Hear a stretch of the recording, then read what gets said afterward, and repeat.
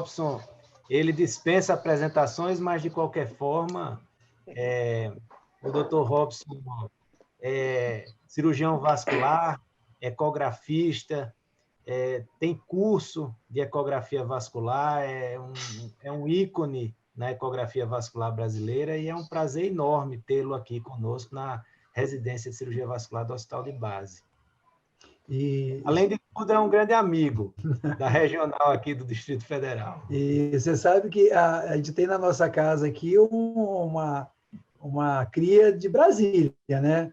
A Viviane é brasiliense, fez faculdade aí, depois veio fazer residência aqui. Aí tudo que é de Brasília, ela fala, ai, Brasília, Hospital de Base, ai, que emoção. Então, nós temos uma ligação profunda já aí também. Então, eu vou compartilhar a tela aqui e vamos lá.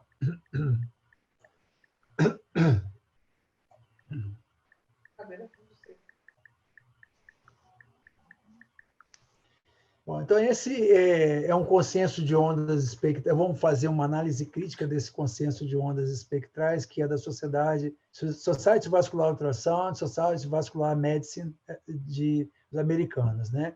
A ideia dessa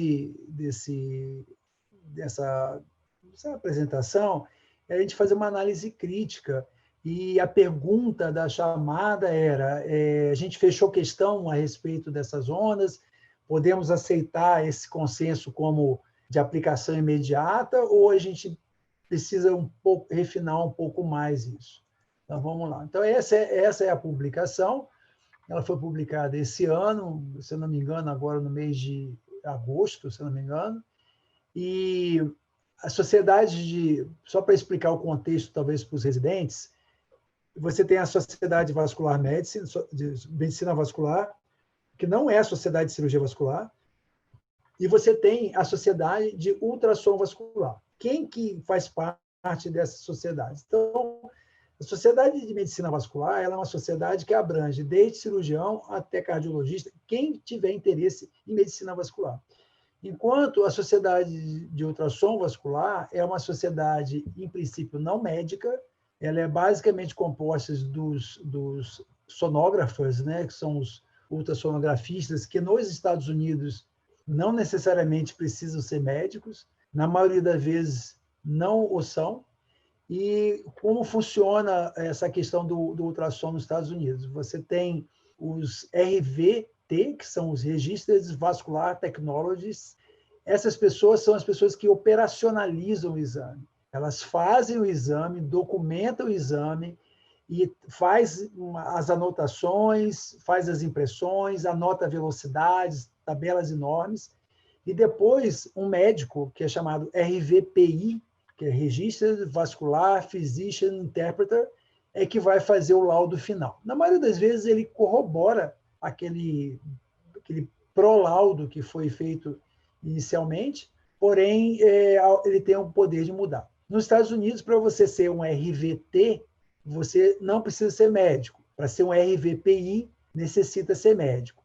Agora, se um médico RVPI quiser ser um técnico RVT, ele não tem as credenciais automaticamente. Ele precisa fazer a mesma prova que os RVTs fazem. Então, são coisas quase que separadas. Isso é para entender um pouco do contexto e das questões que a gente vai questionar. Então, você pegar esse monte de pessoas que estão aqui, grande parte dessas pessoas que estão aqui, por exemplo, o Robert Sissons, ele esse sim é ícone da ecografia vascular, em termos de... é um técnico. A Anne-Marie Kompisky também é um técnico, o Steve Knight também é um caster, é um técnico, a Masha Neumayer é uma técnica, a Patricia Poe também é uma técnica, só que esses nomes dentro dos Estados Unidos são nomes muito fortes. Eles são mais ou menos o que o Sérgio Salles Cunha é para nós aqui nos Estados Unidos. E aqui dessa turma dos médicos que eu conheço é o Ziller, que é o chefe da Universidade de Washington e que herdou o serviço do Strandness.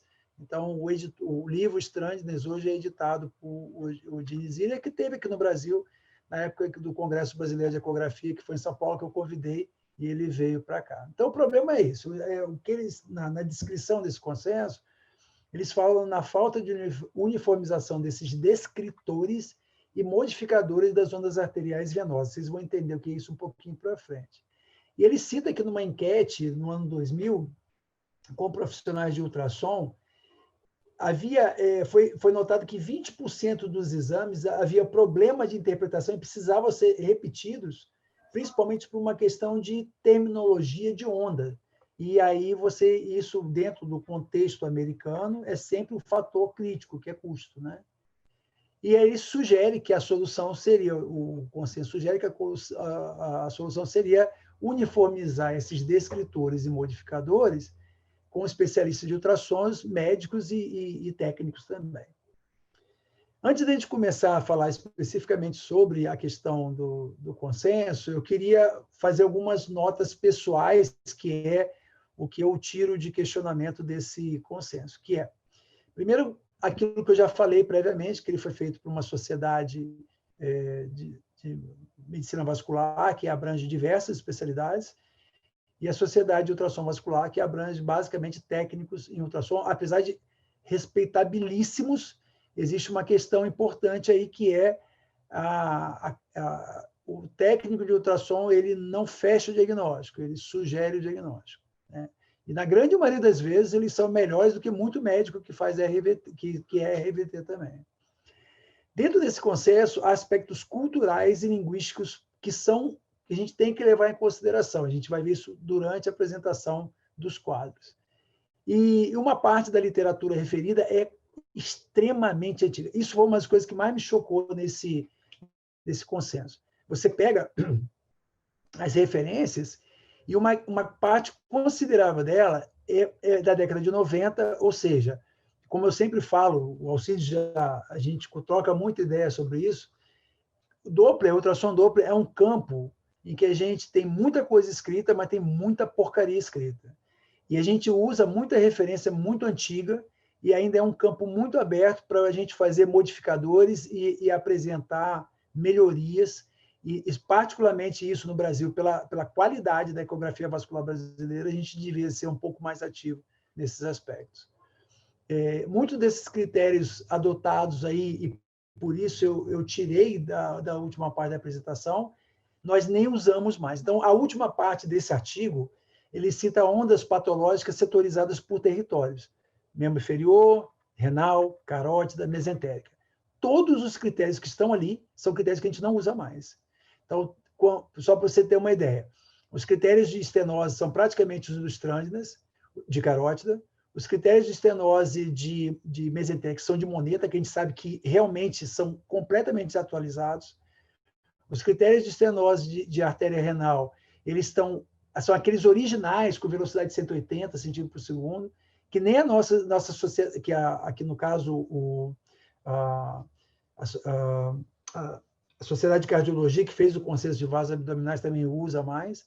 Então, assim, eu tirei essa parte porque eu achei que ia confundir um pouco mais a cabeça da gente. Então, isso, para mim, fragilizou esse consenso, porque as referências são muito antigas. E a gente, se vocês forem olhar, por exemplo, a revista da SVU, a revista da SVU até hoje, até onde eu sei, até pouco tempo atrás, ainda não era indexada pela qualidade dos trabalhos. Eu não sei como é que está agora, mas até muito pouco tempo atrás ela não era indexada. Então, a gente tem que tomar um pouco de cuidado, porque a gente tem uma tendência no Brasil de seguir muito a literatura americana. E a literatura americana em ultrassom vascular, ela diria que é um pouco retrógrada. Então, a gente precisaria melhorar um pouco mais isso aí. Então, vamos lá. Ele começa com as recomendações de ondas arteriais. A primeira recomendação é isso aqui. Eu devia ter traduzido isso aqui. Que o Doppler espectral e as ondas deveriam ser relatadas usando os descritores maiores: direção de fluxo, fasicidade e resistência. Isso são os descritores. Então, a partir desses descritores de direção, fasicidade e resistência, a gente começa a descrever essa onda. E você pode ter modificadores, que a gente vai ver ali para frente. Então, vamos lá. Os descritores são direção. Ele sugere, o laudo, dizer se a onda é anterógrada, se ela é retrógrada, se ela é ausente ou se ela é bidirecional. A gente vai ver os exemplos lá para frente. Com relação a fases, que aí começa o primeiro Até aqui, nessa questão da direção, a gente não tem muito questionamento. Você pega uma onda anterógrada de uma artéria normal, a onda retrógrada, por exemplo, que é muito clássico, né? Você tem uma oclusão da TA, por exemplo, da tibial anterior, segmento proximal e médio, e você tem um ramo comunicante anterior da fibular reenchendo a TA, e às vezes ela sobe um pouquinho no terço distal, então você teria um segmento com fluxo retrógrado, né? Ausente quando você tem oclusão, e bidirecional no caso clássico de pseudoneurisma. Em termos de fases, o que eles sugerem, e isso eu achei interessantíssimo, é você abolir aqueles termos trifásico e bifásico, e interpretar as ondas como multifásica, todas que forem trifásica, bifásica, tetrafásica ou pentafásica, que é muito comum em paciente jovem, normal, e onda monofásica. E o que ele interpreta, o que ele sugere, o que esse consenso fala em termos de fase, que é uma outra questão muito complicada. Até pouco tempo atrás, havia essa confusão, e esse consenso eu acho que deu uma sepultada nessa discussão. O que é fase? Se você entender, se você fizer qualquer analogia com física, fase você tem uma fase positiva e uma fase negativa. Então, o que delimita a fase é a linha de base. Se está acima da linha de base, fase positivo, se está abaixo da linha de base, é negativo. Se está acima da linha de base, num caso arterial, a onda é anterógrada, o fluxo é anterógrado. Se está abaixo da linha de base, o fluxo é retrógrado. Então, isso foi bom porque apagou aquela história de onda de carótida interna ser classificada como bifásica. Então, na verdade, ela é uma onda monofásica, mas porque o conceito de monofásico sempre foi um conceito de patológico, ou seja, aquela onda pós-oclusão, pós-estenose grave, e assim por diante. E o outro descritor, resistência. Alta, intermediária e baixa. Para mim, a grande novidade aqui foi essa história da intermediária. Eu sempre considerei o que eles consideram intermediária, um exemplo clássico disso são aquelas ondas de artéria femoral, que você tem uma aceleração. A diastólica final, em vez de terminar em zero ou negativa, ela termina positiva. Então, essa intermediária seria ela terminando positiva, mas não tão alta a diastólica final, a ponto de você considerar baixa. Mas isso não fica muito claro se haveria um fator delimitador, até tantos por cento do pico sistólico seria intermediário. Isso não está claro. Então, acaba sendo mais um critério subjetivo e visual. Ou seja, aquele lugar onde a onda deveria ter uma alta resistência, ela tem uma resistência que não é nem tão baixa e nem alta, seria um intermediário. A gente vai ver a amostra disso para frente. E o que seriam os modificadores das ondas arteriais? Aceleração, se é uma aceleração rápida, se é uma aceleração lenta. Aí começam as questões linguísticas, né? Então, por exemplo, a onda apiculada, a gente não tem costume de falar onda apiculada, aquela onda, aquela espícula numa artéria femoral, por exemplo, né? Mas é o que eu tentei aqui mudar, fazer de alguma forma traduzir para o português. Alargamento espectral, que é o spectral broadening.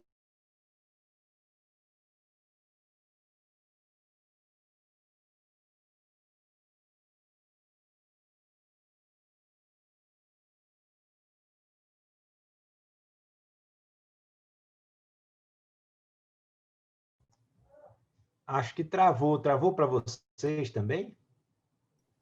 Travou. Travou aqui também. Travou também. A imagem dele está congelada e está sem som, né? Será que... Marco Aurélio, será que vale a pena dar um toque pelo Zap ou não? Volta, será? É bom. Aí. Acho que ele saiu, né? Ele deve estar entrando novamente. Está sem microfone, Robson. Engraçado, desconectou e eu nem percebi. Aparei aonde, você sabe? Você parou, você estava falando de onda apiculada. Tá, beleza. Então, eu vou voltar lá, então. Engraçado, eu nem mexi, né, cara?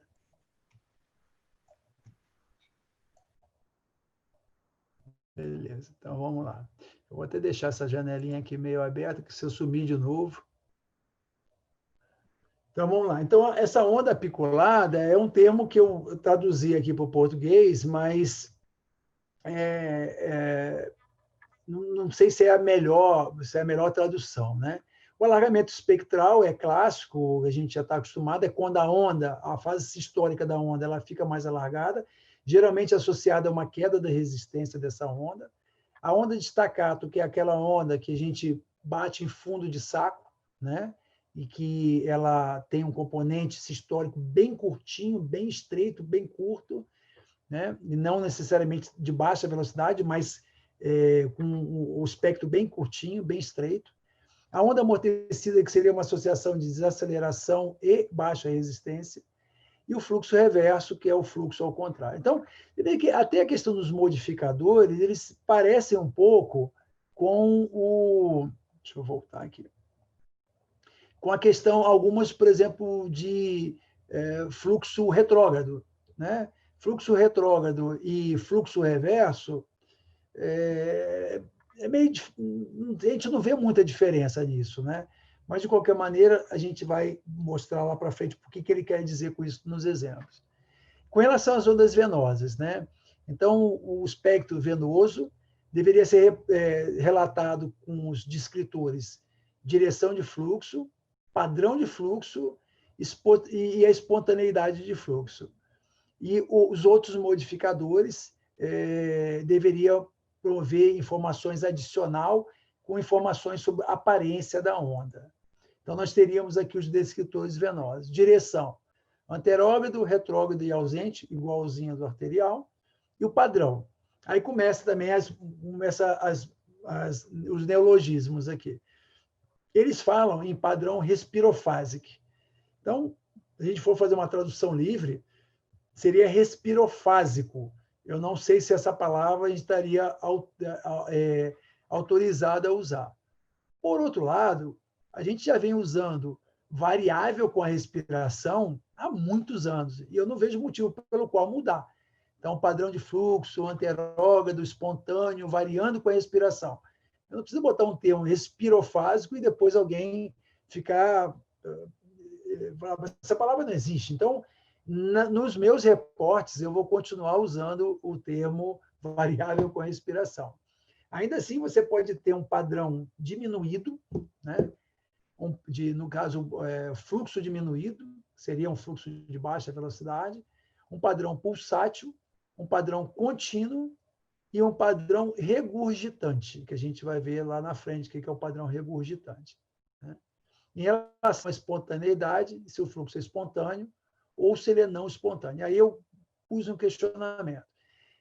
A gente tem por hábito não colocar assim fluxo não espontâneo. A gente tem por hábito colocar fluxo somente à estimulação, né? Então, não espontâneo não é um termo que me soa legal em termos de descrição de um laudo, pelo menos aqui no Brasil, né? A gente, depois, esses questionamentos é para a gente discutir. E os modificadores das ondas venosas seriam o incremento, né? A compressão distal, né? Então, você teria um incremento normal, um incremento diminuído e um incremento ausente. Então, você está examinando uma femoral, faz uma compressão lá na panturrilha, aumentou o fluxo, você considera normal, o fluxo aumentou não muito, você consideraria diminuído, e se não houve mudança qualquer na amplitude da onda, você consideraria como ausência de incremento.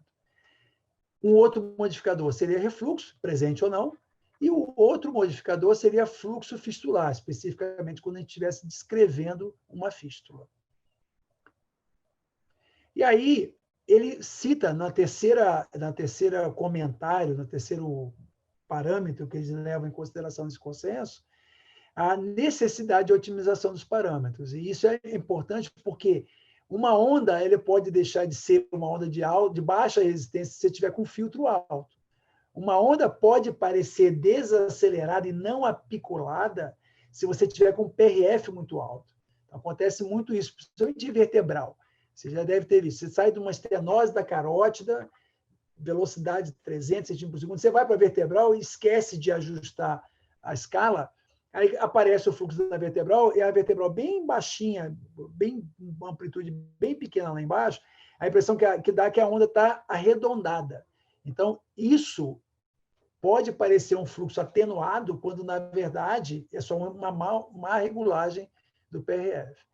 Ganho é a mesma coisa. Se você tiver uma onda com uma janela sistólica limpinha, bonitinha, apesar dele não citar muito a janela sistólica, mas se você aumentar muito o ganho do Doppler, ele vai borrar aquela janela sistólica. E aí você pode ficar com a impressão de que aquele fluxo é altamente turbulento, quando, na verdade, não é. É porque você usou o ganho exagerado. E o filtro, a mesma coisa. Você pode achar que uma onda tem um componente...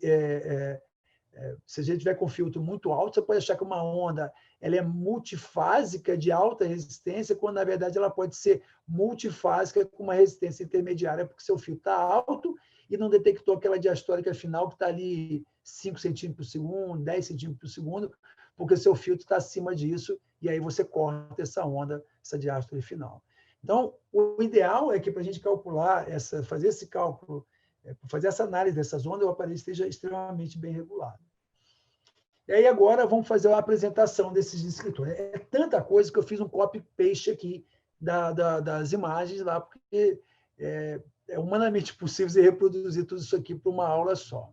Então, vamos lá. Em relação àquele primeiro, os descritores arteriais, então, direção de fluxo. Então, essa aqui seria uma onda anterógrada, típica de um vaso periférico, essa região aqui. Deixa eu pegar uma canetinha aqui. Então, vamos lá.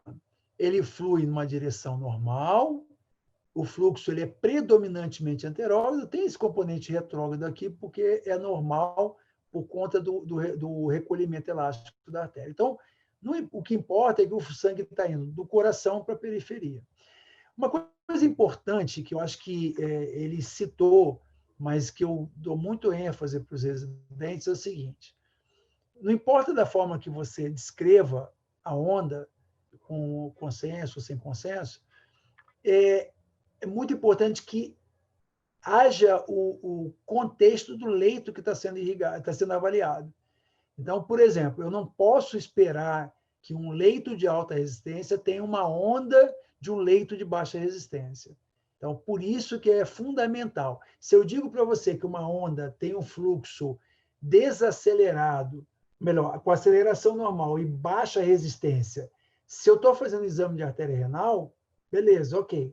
Se eu estou fazendo um exame de artéria periférica, se ela tem uma aceleração normal, uma resistência baixa, o que eu infiro a partir disso é que eu tenho um aporte legal, porém o escoamento há uma vasodilatação. Por qual motivo eu vou saber lá para frente.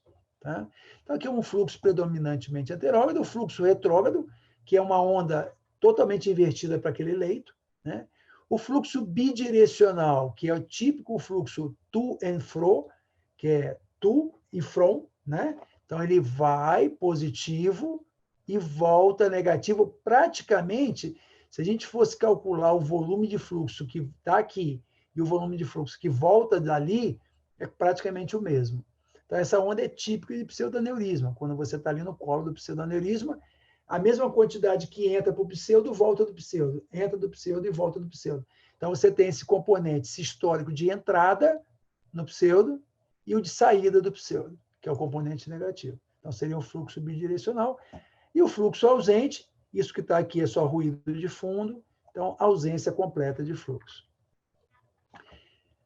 Ainda o descritor, em relação à fasicidade, então, que foi o maior lelelê desse consenso. Então, ele define que tudo que tem mais do que um componente positivo ou um componente negativo chama-se multifásico. Não importa se é trifásico como esse ou bifásico como esse. Mas uma onda dessas, que você tem só o componente sistólico, ou eventualmente, como essa aqui, ó, só o componente sistólico e até diastólico negativo, ambas são ondas monofásicas. Seja tendo uma diastólica final zero, seja tendo uma diastólica final positiva, elas continuam sendo monofásicas. Com relação à resistência, a gente teria ondas de alta resistência, obviamente que para o leito.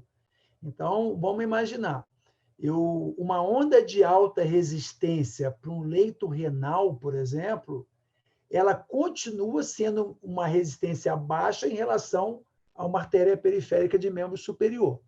Então, um padrão normal de uma pessoa de 30 anos de idade com índice de resistência de uma artéria parenquimatosa renal, 0,56. Beleza. Só que 0,56 numa artéria periférica é baixa resistência. Seria como se essa onda tivesse aqui, por exemplo. Né? Então, o que ele considera é alta resistividade seriam essas que você terminaria em zero, ou muito próximo de zero, ou até mesmo negativa, né? Ou uma onda como essa aqui, monofásica de alta resistência. O fluxo intermediário, com resistência intermediária, você teria esse componente diastólico positivo final. Então, ele cita em condições fisiológicas, por exemplo, uma situação que o paciente fez exercício físico, ou uma situação de um paciente que é muito comum no Brasil, no serviço público, o paciente está lá fora esperando numa sala, num ambiente quente, entra para a sua sala, a sala, às vezes, o ar-condicionado não está funcionando, o pé do doente está quente, e aí você tem uma vasodilatação periférica e você tem esse componente positivo aqui no final da diástole. E o de baixa resistividade, que seria essa onda que realmente você tem esse componente bem característico. Na maioria das vezes você não tem nem esse note aqui, essa cisura no final da sístole, que é uma das coisas que caracteriza essa onda de resistividade intermediária, mesmo que o componente não ultrapasse a linha de base, mas você tem esse note aqui delimitando uma tendência a ela inverter, né? E aqui, por último, é a onda de baixa resistência, que você nem teria esse note, nem teria essa cisura aqui, e ela continua com uma descendente de velocidade gradual, e antes mesmo dela tocar o zero, volta até a próxima sístole. E aí, essa onda, por exemplo, se você fizer a fórmula de resistência, que é pico sistólico menos diastólica final sobre pico sistólico, essa aqui vai ter uma resistência mais alta do que a de baixo, já que a velocidade de pico sistólico está mais baixa também. Então, no final, a resistência é uma razão do pico sistólico pela diastólica final. Agora, os modificadores, né? Então, você teria aqui, por exemplo, Rapid Upstroke. O Rapid Upstroke, para nós, seria aceleração rápida. Apesar de ele não usar esse termo aceleração, a gente usa esse termo com muita frequência. E aí começa uma outra coisa que me incomodou um pouco. Por exemplo, você pega esse trabalho aqui, 40. Esse trabalho 40, que ele cita, de 1992. E ele cita que o tempo de aceleração normal seria menor que 140 milissegundos, por exemplo, numa artéria femoral. Isso é motivo de diversas controvérsias, porque grande parte desses estudos foram feitas comparando a onda na artéria femoral com uma arteriografia do eixo aorto-ilíaco. E a gente sabe que a arteriografia, para comparar com Doppler, ela é sempre preocupante. Então, hoje, talvez o melhor jeito de você analisar se uma onda tem se 140 seria o número certo, ou 130, como é a tese do Domingos, ou se é 100, como eu aprendi do Strandness. Então, isso a gente fica meio na dúvida. Grosso modo, o que a gente tende a fazer? Quanto mais apertado for esse número aqui, melhor, quanto mais dilatado, quanto maior que 100, você vai ser mais tolerante com eventuais estenoses que tenham e você não vai detectar. E quanto mais próximo de 100, menor esse número, você vai ser menos tolerante com essa desaceleração. E aí, isso que eu achei extremamente perigoso, ele colocar esse número aqui. Porque hoje, para mim, seja uma desaceleração como essa, ou um normal, que aqui está grafado como 90 milissegundos nessa onda, não é nem 140, esse aqui prendeu 200 milissegundos. Então, talvez o 140 fosse mais ou menos aqui. E isso, para mim, já seria uma onda desacelerada.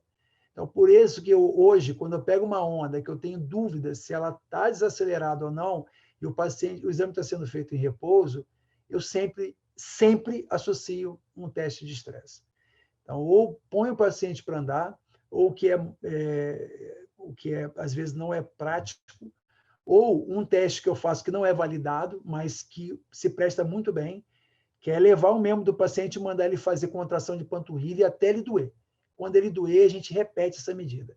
Se essa onda desacelerou depois do exercício, isso é indício de que há uma estenose lá que é borderline, que em repouso ela não causa grandes problemas de aceleração, mas quando você gera demanda isquêmica, ela passa a mostrar desaceleração. Então, eu achei infeliz colocar esses valores, mas eles tinham que ter alguma referência, ok? E o que a gente chama de onda apiculada, ele fala aqui como sharp peak, ou seja, pico agudo, ou apiculado. Tá? Então, é uma onda que ela não tem, ela é aguda aqui, esse ângulo. Ela não é uma onda arredondada, por exemplo, assim. Tá? Então, isso é um modificador. Além disso, você tem o alargamento espectral, que é isso aqui. Ó. A largura do espectro é essa largura máxima que tem aqui no que é considerado sístole ultrassonográfica. Né? E aqui, por exemplo, ó, você teve um alargamento dessa janela sistólica. Então, isso é um indício, não de turbulência, mas de que provavelmente o leito que está sendo irrigado tem uma resistência mais baixa. Então, a velocidade ela não cai rapidamente porque ele encontra resistência. Ela vai caindo progressivamente. Tanto é que os vasos parenquimatosos, eles todos têm um espectro mais alargado do que os vasos periféricos. E a onda staccato, que é essa aqui. Ó. Você tem uma agulha. Pá, pá, pá. Aonde que a gente vê muito isso aqui? Basicamente, onde eu vejo mais isso aqui é em carótida. Onda staccato em membro inferior, geralmente é oclusão arterial aguda, sem compensação. Ah, mas uma onda pré-oclusiva, ela é uma onda que tende a ser staccato, como essa aqui, por exemplo? Não necessariamente. Vai depender do grau de colateralização que essa artéria tem. Então, se eu tenho uma oclusão da femoral superficial e essa oclusão é precedida por uma abertura de muitas colaterais, a resistência ali vai cair antes da oclusão porque você tem escoamento. Agora, é uma oclusão aguda, embolizou, está batendo ali em fundo de saco na poplítea. É bem provável que você encontre uma onda como essa, porque não tem colateralização. Agora, aqui, o típico, que a gente vê muito isso, eu vejo muito isso, é em morte cerebral. Então, o paciente fecha, ele tem você tem a morte do parênquima encefálico, então o fluxo intracraniano vira basicamente um tubo, né? E aí a gente vai encontrar esse padrão já desde a carótida interna e mais intenso e mais claro nos vasos intracranianos. Ainda com relação aos modificadores, né? Então a gente tem lá a onda amortecida, né?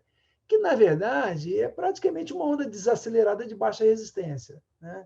É o clássico monofásico que todo mundo achava que a gente tendia a descrever monofásico, praticamente essa onda aqui. E o fluxo reverso, que, na verdade, a diferença do fluxo reverso do fluxo invertido seria isso, basicamente numa situação em que você teria roubo, então você teria um fluxo oscilante. Então, aqui nesse caso, é uma artéria vertebral que tem a sístole invertida, mas a diástole anterógrada. Aqui é a mesma coisa. A gente vê isso em fenômeno de roubo de subclávia, fenômeno de roubo de carótida. Então, esse é um padrão que você teria esse fluxo reverso em uma determinada fase do ciclo cardíaco. Com relação às veias, descritores, então nós teríamos o fluxo anterógrado, que tradicionalmente a gente documenta as veias em azul e com fluxo negativo, né? Então seria um fluxo anterógrado. O fluxo retrógrado, que seria, por exemplo, um exemplo que eu gosto de dar bem clássico, é aquela circunflexa femoral medial, quando você tem uma oclusão da ilíaca externa e o fluxo chega pela femoral e desvia para a circunflexa femoral medial e desvia pela crosta da safena. Então, nesses pontos de desvio, crosta da safena e circunflexa femoral medial, você teria um fluxo retrógrado ali, porque inverteu o fluxo da veia para colateralizar. e o fluxo ausente, que é basicamente em oclusão, né? O padrão de fluxo, de novo, aquela história do respirofásico, ou variável com a respiração. Eu achei que essa ondinha aqui podia ser mais bonitinha, né? Mais aquela clássica, acho que faltou uma foto bonita, mas normalmente eu vou fazer um desenho aqui do lado, grosseiro, onda variando com a respiração. No membro inferior, expiração, inspiração. Tá?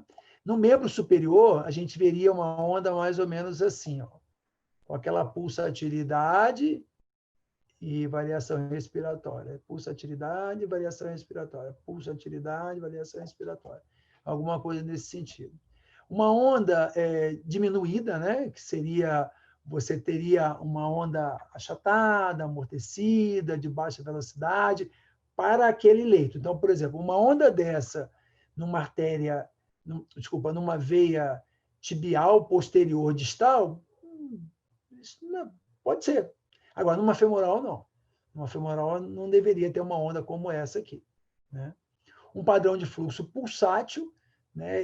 Ou que eles falam aqui cardiofásico, que eu também achei um termo esquisito, mas seria uma onda pulsátil, que a gente vê muito isso em pacientes com insuficiência cardíaca direita, e que a onda é transmitida. Muitas vezes, se é no membro superior e membro inferior, você vai ter, além dessa pulsatilidade, uma variação de amplitude dela, mostrando a respiração associada, que nem mais ou menos eu fiz aqui. Tá? E ainda dentro dos escritores, uma onda contínua, que é aquela que não tem variação respiratória nenhuma, espontânea, lembrando que uma onda contínua num vaso distal, longe do coração, pode ser normal, mas na femoral é completamente anormal.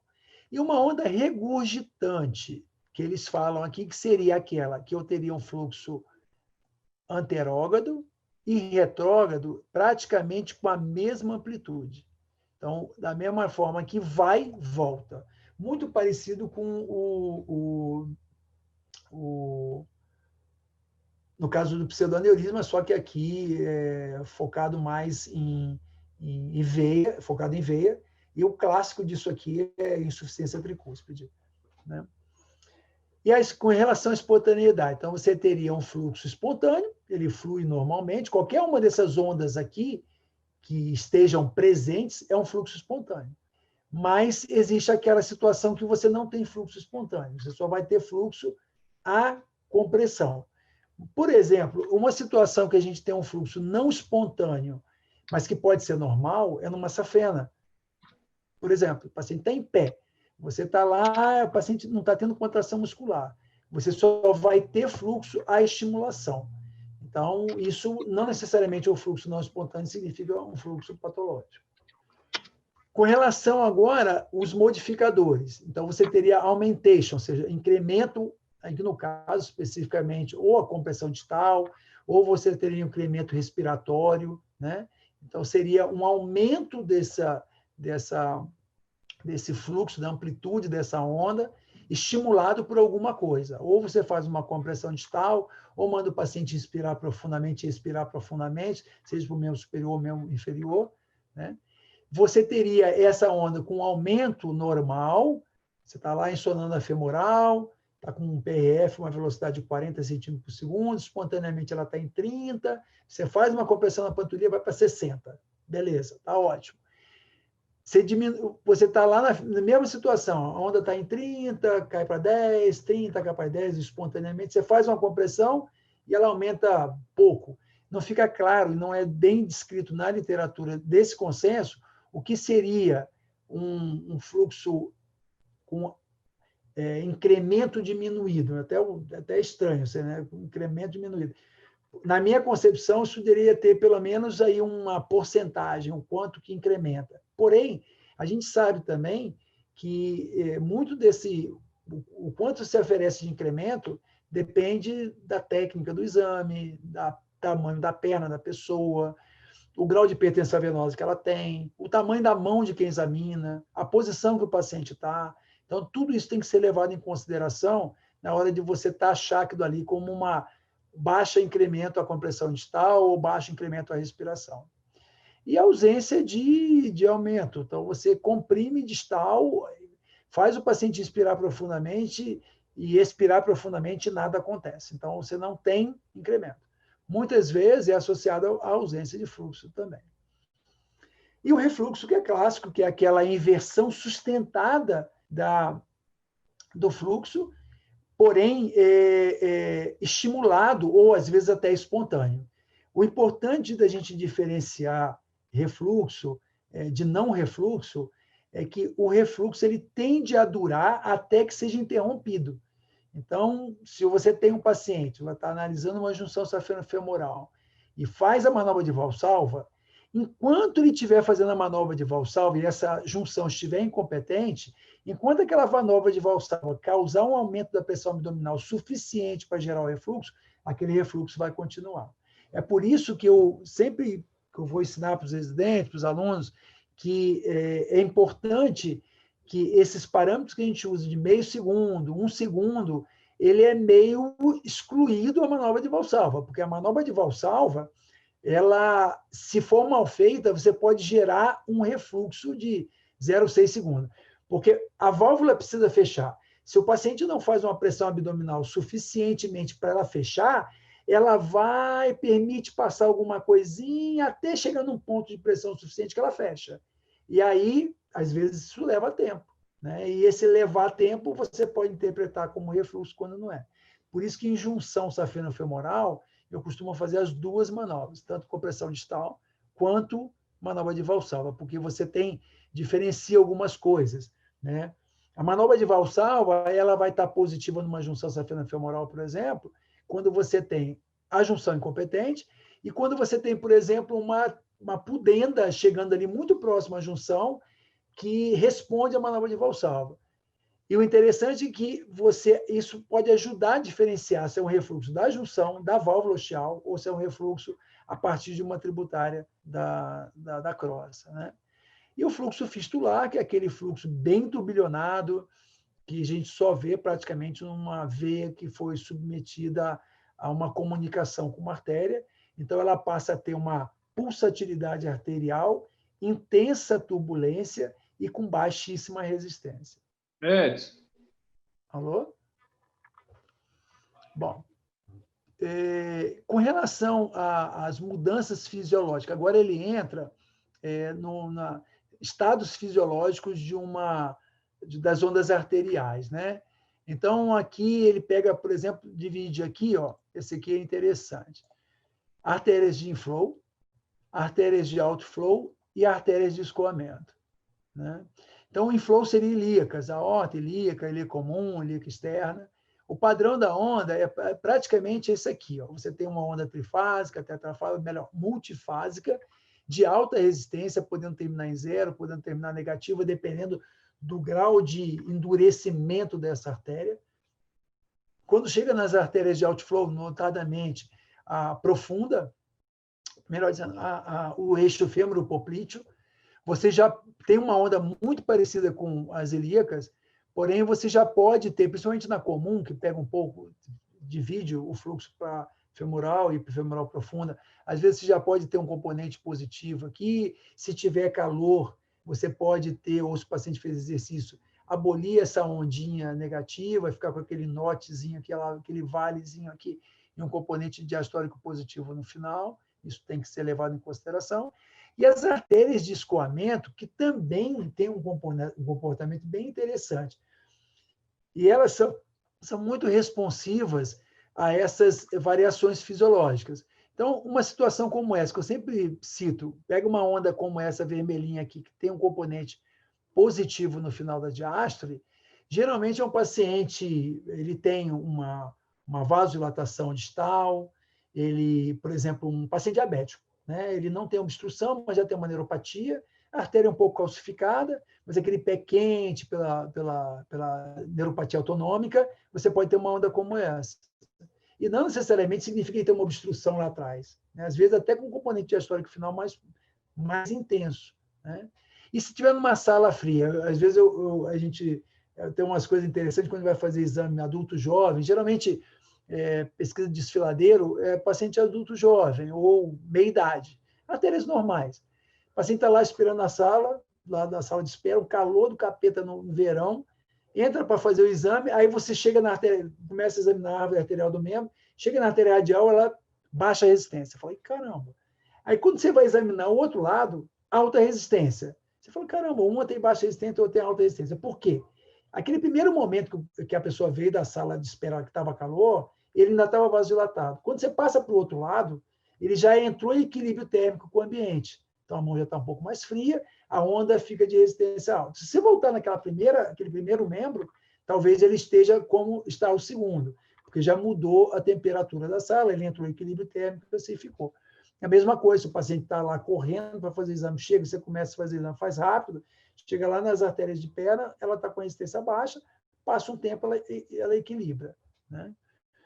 E, no caso das ondas plantares e digitais, essas, então, são mais responsivas ainda. Muitas vezes você nem vê essa terceira ondinha, você só vê a onda positiva, negativa, e é extremamente dependente do que está acontecendo a jusante, desculpa, a montante, se tem uma obstrução, se não tem uma obstrução, e a temperatura e a condição fisiológica, se há exercício ou não. Então, aqui ele mostra bem claro isso, a questão da mudança do exercício ou temperatura. A febre também pode dar isso. O importante é que, assim, isso aqui é uma onda monofásica ou é uma onda... é uma onda monofásica patológica ou uma onda fisiológica? Uma das chaves é esse notezinho que tem aqui. Ó. Esse é uma das chaves para você interpretar ela como patológica ou como variação fisiológica. Agora ele vai falar de estenose. Então, eu coloquei essas aqui, que ainda não... essas ondas arteriais aqui, elas são menos controversas. Então, você teria aqui, por exemplo, uma artéria periférica com uma estenose menor que 50%. Então, um índice de velocidade, um índice histórico menor que 2. Então, você teria aqui uma aceleração rápida, ainda componente negativo, um certo borramento da janela sistólica, mas não tem um alargamento ainda. De 50 a 74, você dobraria a velocidade em relação ao melhor segmento. Né? Há controvérsia se aumenta em 2 ou 2,5, o que, no geral, eu explico para os alunos e para os residentes é o seguinte: se você quer um exame de alta sensibilidade, você usa 2 como índice sistólico. Se você quer um exame de alta especificidade, você usa 2,5. E o que vai fazer a diferença de especificidade ou sensibilidade? Várias coisas. Primeiro, a experiência de quem faz o exame, a qualidade do equipamento que você está usando, a qualidade da artéria do paciente que você está examinando e, principalmente, o objetivo do exame. Então, se o objetivo do exame é você fazer uma intervenção, penso que você tem que ser tecnicamente habilitado e pode ser mais específico. Se o objetivo é um rastreio, você pode ser um pouco mais liberal, mais sensível e usar critérios mais folgados. Então, no geral, você quer ser mais sensível, usa uma velocidade, uma razão de velocidade, um índice histórico maior que 2. Quer ser mais específico, 2,5. A mesma coisa vale aqui para estenose maior que... O pessoal fala 75%, usa 70%, 3,5%, 4%, mas no geral é isso. À medida que a estenose vai aumentando, esse alargamento tende a aparecer mais. Mas aqui tem um trickzinho também. O que acontece? Se a lesão, às vezes, ela é pontual, então você tem uma estenose crítica pontual, ela tende a aumentar muito a velocidade, mas tende a não alargar tanto a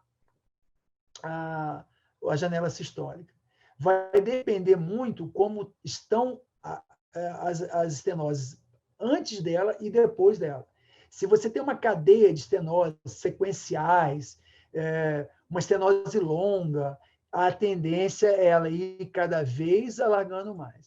Agora, quando você tem uma lesão única, ou mesmo que não seja única, mas espaçada, com uma distância muito grande entre a outra, e há um grande distúrbio local, sem ter perda de energia entre a entrada da estenose e a saída da estenose, ela tende a ficar mais com essa carinha aqui com velocidade alta do que com essa carinha que está aqui. Tá? Isso é uma observação. Então, uma estenose maior que 75%, você teria um índice maior que 4, um certo alargamento da janela sistólica e um borramento total, denotando a turbulência desse fluxo.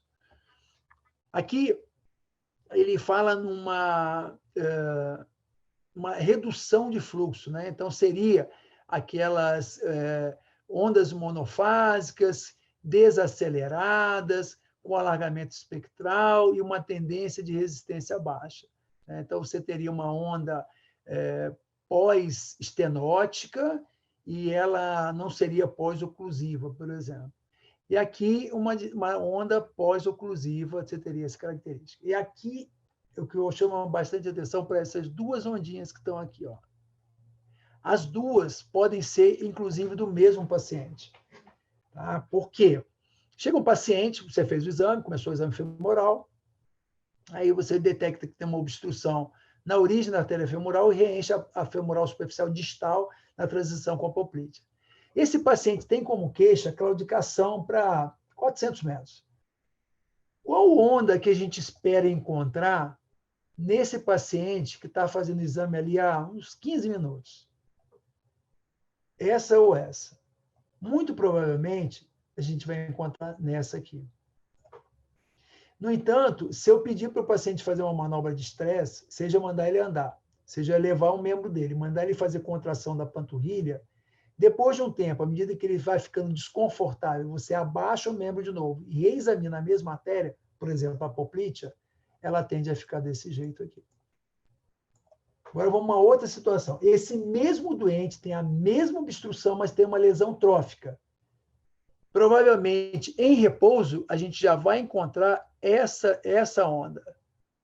Porque se há uma lesão trófica, ele tem toda a vasodilatação possível e provavelmente ele vai ter uma resistência baixa. Porém, se ainda assim ele tem uma lesão trófica, várias obstruções sequenciais e a onda se apresenta desse jeito, o prognóstico é ruim para esse paciente. Porque, apesar dele ter lesão trófica, ele não conseguiu vasodilatar.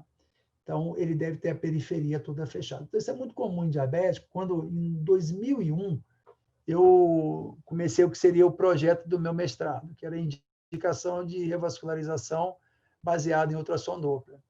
Foi aí que começou a me chamar a atenção. Quem eram os pacientes que a gente fazia o Doppler para indicar cirurgia? Aqueles pacientes que tinham contraindicação contraste, absoluta ou relativa. E a gente foi melhorando a qualidade do exame e o relativo começou a ficar bem relativo mesmo.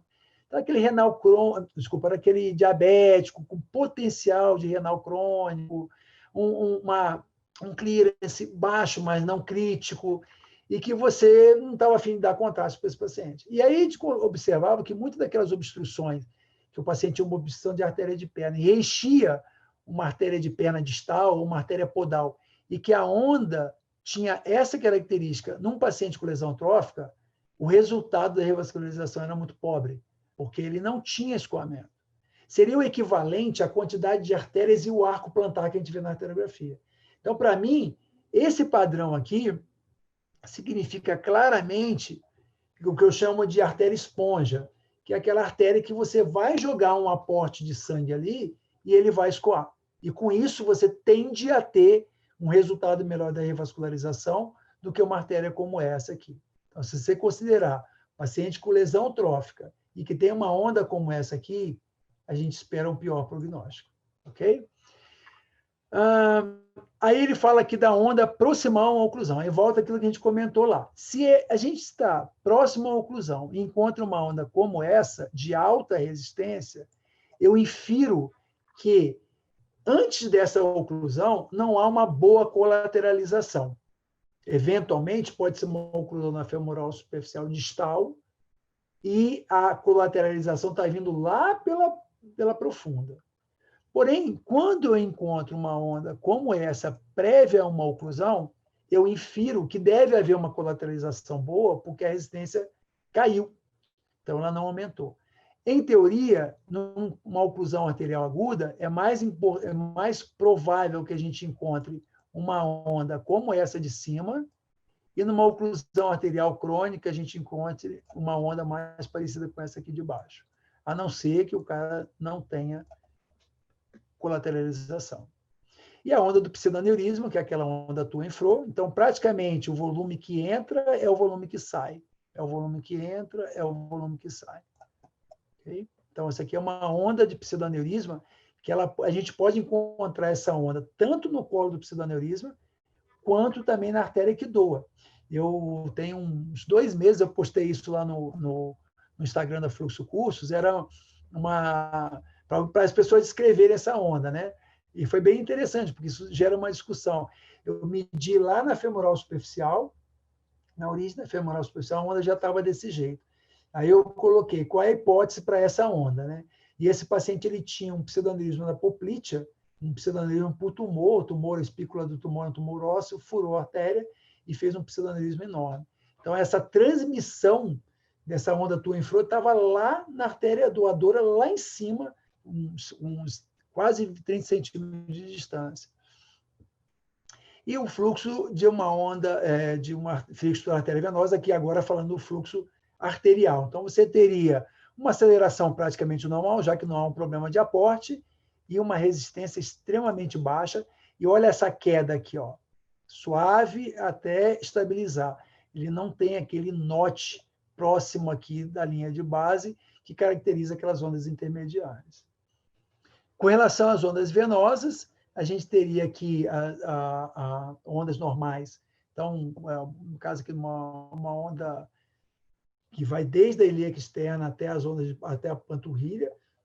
Você teria um fluxo espontâneo, com estimulação, no membro superior, essa onda respirofásica variando com a respiração. Lembrando que, no membro superior, o aumento do fluxo é na inspiração, né? Enquanto, se essa onda fosse de membro inferior, esse aumento do fluxo seria na expiração.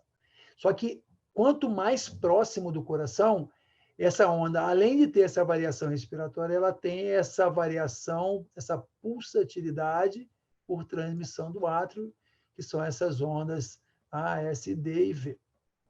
Então, isso seria aqui o padrão típico de uma onda subclávia, jugular com o paciente deitado. Quanto mais próximo do coração, no caso da artéria do tronco venoso braquicefálico, você tem um aumento dessa amplitude, porque a velocidade aumenta muito, né? E você tem algumas variações. Tanto é que, quando a gente está fazendo uma avaliação de um paciente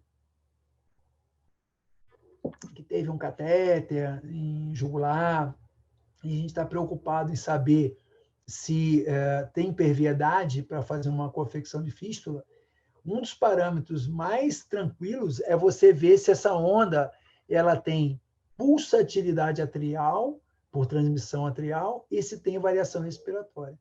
E melhor que isso também é você ver a veia, principalmente a subclávia, a jugular, fazendo esse, quase fechando e abrindo. Então, significa que a veia está molinha ainda, transmitindo aquela pressão atrial para ela, e isso mostra que a onda está ok.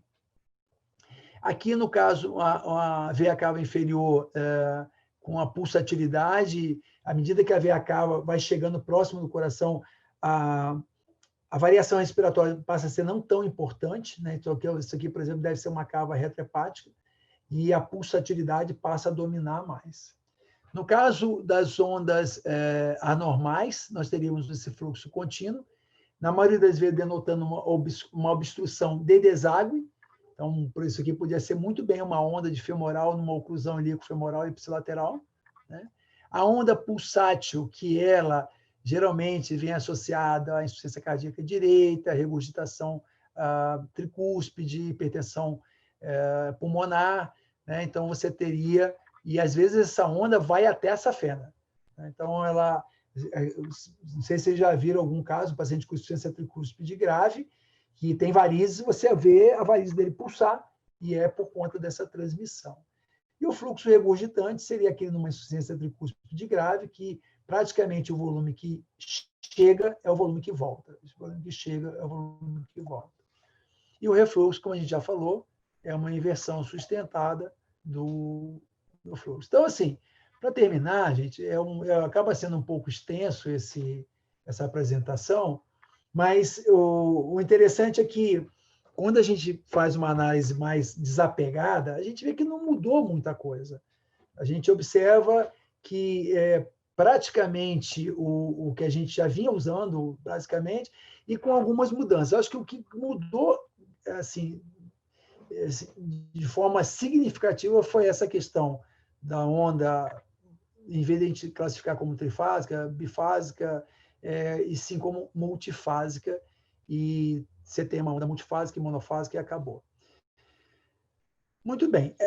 Falta ainda o que ele citava ali de ondas patológicas da carótida, da mesentérica, renal, que eu cortei porque os parâmetros são muito diferentes do que a gente está habituado. E com isso eu encerro aqui a minha apresentação e vamos comentar, criticar e vamos ver o que a gente pode discutir em cima disso aí.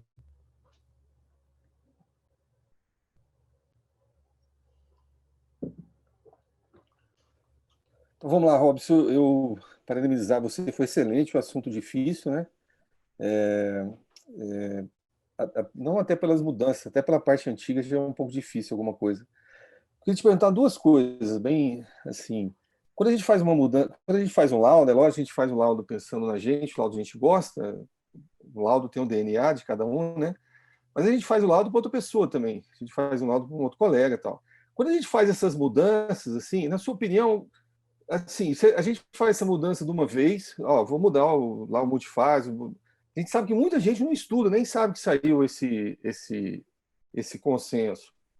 E eu já mudo logo, faço isso, ou eu faço uma transição, eu boto uma coisa e eu boto trifásico, mas atualmente multifásico. Eu tento fazer uma coisa assim, isso servindo para qualquer mudança, né? Como é que é a melhor maneira de fazer isso quando você faz o exame para outras pessoas? O exame que chega para você. E a segunda pergunta, a segunda pergunta eu já vou deixar você de uma vez, assim, uma coisa interessante que você faz nas suas aulas, isso é muito prático, e você dá dicas, você fala coisa do dia a dia, isso é muito bom, do que aulas que ficam muito só em teoria. Como é que você faz nos seus laudos do dia a dia? Por exemplo, esses novos agora, você tem um laudário lá, você tem todas as possibilidades de alteração, ou você tem um negócio mais ou menos básico, que você pega aquilo e vai... Eu falo a máscara, né, o espelho. Você pega o que está lá, um normalzão, e vai mudando, ou você já tem aquelas coisas? Como é que você faz assim, no seu exame normal? Com relação a como mudar, assim, mudar radical é problema. Você vai ter gente mandando você repetir o exame, e na maioria das vezes em outro lugar, porque não entendeu o laudo, e é bem isso que você falou. Nem todo mundo que está envolvido com o Doppler sabe das mudanças do Doppler. A gente vivenciou isso muito claramente quando veio o consenso de 2003 para a carótida, que a gente eliminou aquelas classificações abaixo de 50%, aquelas graduações abaixo de 50%. Teve colega que me ligou reclamando do exame, porque eu coloquei uma estenose abaixo de 50%, porque a mãe dele tinha tido um exame prévio que tinha dado 16% a 49%, e por fato de ser menor que 50% agora, ela se sentiu mal. E ele estava chateado, porque ele não foi grosseiro, mas ele falou, poxa, Robson, mas era 16 a 49, aí agora põe menos que 50, na cabeça dela não ficou legal, parece que piorou a lesão. Então, assim, é semântico o negócio, né? Que 16 a 49 é menor que 50 é a mesma coisa. Então, o que a gente faz nesses casos que eu sugiro fazer? Você muda, mas coloca uma observação. Segundo o consenso tal, houve uma mudança da denominação do descritor da onda, as ondas que chamavam trifásica, quadrifásica, bifásica, passa a se chamar múltiplas. Essa é a ideia. Porém, se a gente não encontra colegas que reclamam que você coloca que a onda é monofásica na carótida interna, então vai ser um processo ainda meio longo, sabe? E aí entra, eu vou deixar eu queria essa deixa para falar como eu faço meu laudo hoje. Há muito tempo que onda é periférica, eu deixei de descrever trifásico ou bifásico, ou até monofásico. O que eu ponho hoje, que eu vou mudar um pouquinho com base nesse consenso? Eu ponho uma onda assim, eu descrevo, para mim, o contexto da onda é muito simples. Aceleração e resistência. Então, se eu sei que eu estou num leito periférico, membro superior, membro inferior, ilíaca e aorta, e eu tenho que ter uma aceleração rápida e uma resistência alta, Qualquer coisa que vai mudar a partir disso aí, eu tenho que interpretar. Então, se eu tenho uma desaceleração da onda, significa que eu tenho uma estenose amontante, e se eu tenho uma baixa resistência, significa que eu tenho isquemia e vasodilatação ajusante. Então, hoje, eu praticamente eliminei dos meus laudos periféricos, tanto no hospital quanto na clínica, essas 3 palavras, bifásico, monofásico e trifásico. Então, eu falo mais aceleração e resistência. E eu, particularmente, isso é uma ideia minha, eu acho que a gente devia focar muito nisso. Agora, com essa história do intermediário, eu talvez coloque isso. Então, que seria uma onda de resistência intermediária. Mas ainda me incomoda saber qual é o ponto de corte para ser uma onda intermediária. Essa é a primeira pergunta. E a segunda pergunta, eu tenho um modelão normal. Eu tenho modelão normal de carótida, modelão normal de arterial, de renal e assim por diante. Todos os laudos, tanto no hospital quanto na clínica, são os médicos que fazem. E aí eles vão editar aquilo que é normal. Já fiquei tentado, no passado, a fazer modelos de exames de estenose de carótida menor que 50, carótida com espessamento médio intimal, mas quando eu uso um laudo que é incorporado dentro do meu próprio sistema de gerenciamento da clínica, e eu fiquei com medo de confundir as coisas. Então, eu prefiro deixar um modelão normal e vou editando a partir disso. Obrigado. O que você acha dessa questão de aceleração e resistência, Alcides? Eu não tenho nenhuma opinião formada. Eu tenho mais dúvidas do que... Eu acho que... Não sei nem te falar. Eu tenho mais dúvidas do que coisa para te falar. É um assunto muito complexo, né? Quando eu fiz aquele mestrado de onda, eu passei muito aperto lá no negócio daquelas alterações cardíacas no idoso, né? Uhum. Eu não sei te falar. Eu não tenho opinião ainda. Tenho mais dúvidas do que o que falar. Uhum. O Marco é muito bom nisso também. Então vamos Marco lá, que sabe. Cadê o Marco? Aproveitando essa fala, essa pergunta do Alcides, achei interessante o seguinte, que a gente até comentou lá no Clube do Idoco, você viu, eu coloquei lá, sugeri lá, né, eu coloquei o jeito que eu faço, né?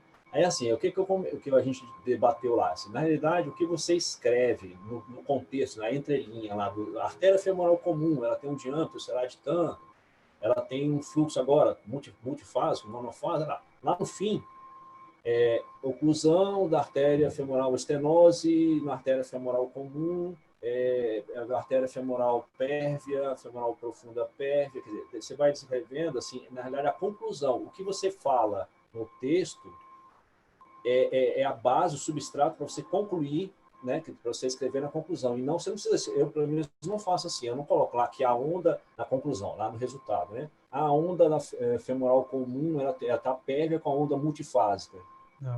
Entende? Eu não sei se você faz assim, pessoal. Não descritor, sim, mas na conclusão nunca, né? A conclusão a gente tem que fechar o diagnóstico, né? Não tem jeito. E a gente tem muito disso. Enquanto muito da radiologia não fecha diagnóstico, a gente tem uma tendência a fechar o diagnóstico, porque pelo menos nós que somos vasculares, a gente tem essa... É difícil, você interpreta o exame ali, né? Você não fica em cima do muro. Quando a gente fica em cima do muro é porque a gente não sabe exatamente o que é. E eu sempre falo isso para vocês aí, não sabe o que é, escreve que não sabe, entendeu? Você fala, ó, há uma dúvida, há um questionamento, que seja. Mas a gente tem essa tendência para fechar o diagnóstico. Agora, uma coisa que eu queria ver a opinião de vocês, o que vocês acham dessa questão? Porque eu estava lá em Recife e uma colega falou assim, eu adorei respirofásico. Eu adorei esse termo respirofásico, é bacana, coisa e tal. Mas eu acho o termo muito estranho. O que vocês acham disso aí?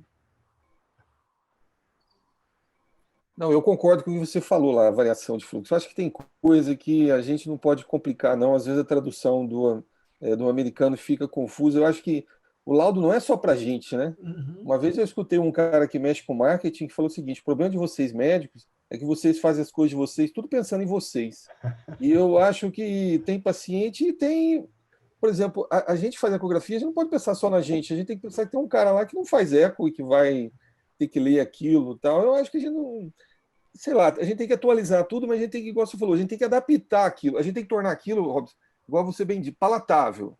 palatável e modernizar. Eu fiz uma pesquisa, no meu plantão com os colegas lá, uns que fazem Doppler, outros que não fazem, outros que fazem pouco. Tem alguns que só recebem os Dopplers a maior parte das vezes. Eu falei, o que você acha desse negócio aí de multifase, não sei o que, não sei o que. Ó, eu não quero saber disso, não faço Doppler. Me manda um trifásico, por favor, porque eu sei o que é. Se você mandar outra coisa, eu não vou saber. E ele falou, também não quero saber, não. Eu falei, então, é o que você falou, tem que ir devagarzinho, né? Tem que...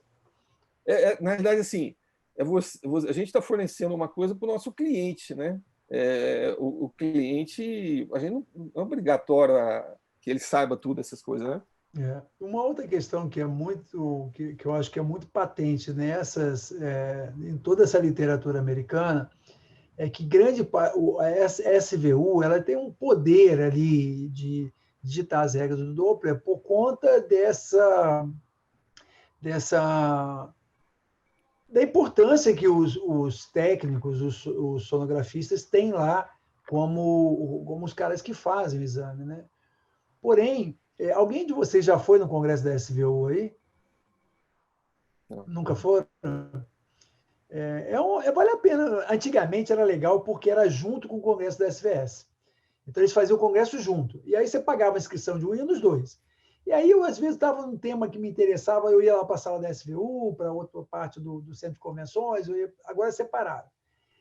É engraçado, cara, porque a gente que faz Doppler, a gente fala, vou lá na fonte do negócio, todos esses caras que a gente vê publicar, vai estar lá.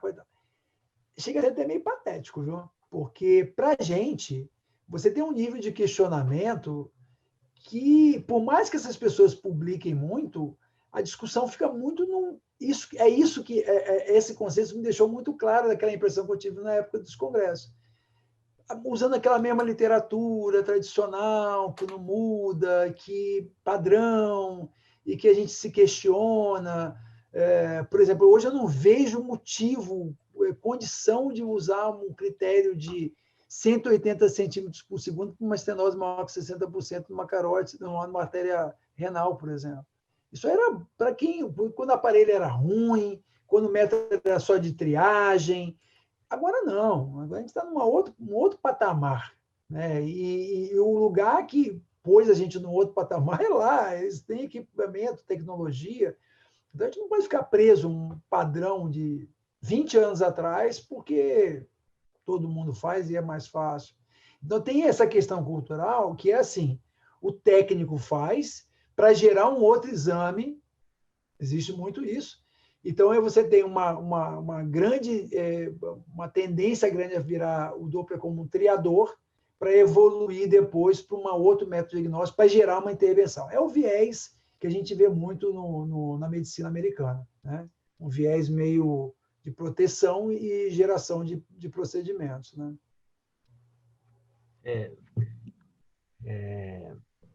Robson, eu achei interessante esse questionamento que você fez a respeito do tempo de aceleração, porque eu sempre tive assim uma tendência a levar em consideração o tempo de aceleração e, consequentemente, a velocidade de pico sistólico para fazer uma avaliação a montante, como você falou, né? E a velocidade diastólica final e a resistência para lesões, para problemas, né? Vamos dizer assim, patologias ajusantes, né? Então, isso que você falou era uma coisa que eu já pensava. Inicialmente eu comecei a pensar como velocidade de pico sistólico para alguma doença proximal e velocidade diastólica final para alguma doença distal, né? Mas depois eu passei a reparar também no tempo de aceleração, né? E a velocidade diastólica ela reflete diretamente a resistência que você tem distal, que pode ocorrer por N fatores, né? Como você colocou muito bem aí. Uma das coisas que eles enfatizam nesse consenso, mas que eu acho que a gente tem que deixar muito claro para todo mundo que faz Doppler e até para o cliente que recebe o Doppler, como o Alcides falou. Talvez a gente possa, por exemplo, nesses meus laudos, eu tenho cada vez mais utilizado modificadores assim, em repouso, após a atividade física, com mudança do padrão após medidas de estresse, para poder tornar aquele exame mais fisiológico. Porque eu venho de um tempo que não existia Doppler. Então, quando eu fiz residência, Doppler existia, mas no Brasil só tinha um lugar, praticamente, que tinha o equipamento e tudo mais. Então, o que a gente fazia muito lá? Tinha um Vasculab lá no servidor estadual, que era um equipamento de não invasivo, e ainda a gente, se não botasse um claudicante na esteira. Entendeu? Então, a gente tinha que fazer que então, esse pensamento vem muito daquela época que a gente fazia esses métodos não invasivos, gráficos. Então, colocava o paciente, media o ITB, fazia o repouso, botava o cara na esteira, 10 graus, 3,2 km por hora, blá, blá, blá, claudicou, deita de novo, repete o Doppler, faz o Doppler segmentar, vê quanto mudou a onda, e assim por diante. Depois passa um tempo, faz o tempo de recuperação, qual foi o tempo de recuperação voltar. Então, essa visão fisiológica, que eles têm muito, porque esse descritor de onda aí não é só para duplex, é para onda de Doppler também, porque na maioria das vezes, quando o cara vai fazer um Doppler arterial, ele também faz pletismografia e faz Doppler segmentar lá nos Estados Unidos. Então, aquilo ali não é só para duplex, é para tudo, toda onda Doppler fluxométrica.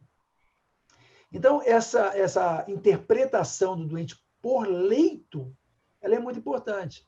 Então, para a gente que foca muito em periférico, arterial periférico, essa descrição de aceleração e resistência, ela se encaixa muito bem, porque ela acaba ficando mais fisiológica do que o multifásico, por exemplo. Então, por exemplo, se eu descrevo que tem uma estenose na femorose superficial pontual, estenose que ocupa, sei lá, 5 milímetros, e a onda ela está com alta aceleração antes e alta aceleração e alta resistência depois, só tem para mim uma explicação. Essa onda, localmente, ela causa um grande distúrbio de fluxo, mas ela não cai pressão entre os dois pontos. Pô, legal, isso em repouso. Põe o cara para fazer exercício. Mudou a onda, aí ela passou a ser repercussão hemodinâmica. Então, cada vez mais eu tenho colocado meu laudo assim, estenose com repercussão hemodinâmica após estresse. Agora, que estresse é esse? Como a gente vai melhorar, já que a gente não tem uma esteira ali do lado? Isso foi uma grande perda com o duplex. O duplex, quando ele entrou, a gente passou a interpretar de uma forma muito rápida aquilo que é para ser, às vezes, você tem que colocar um passo a mais ali.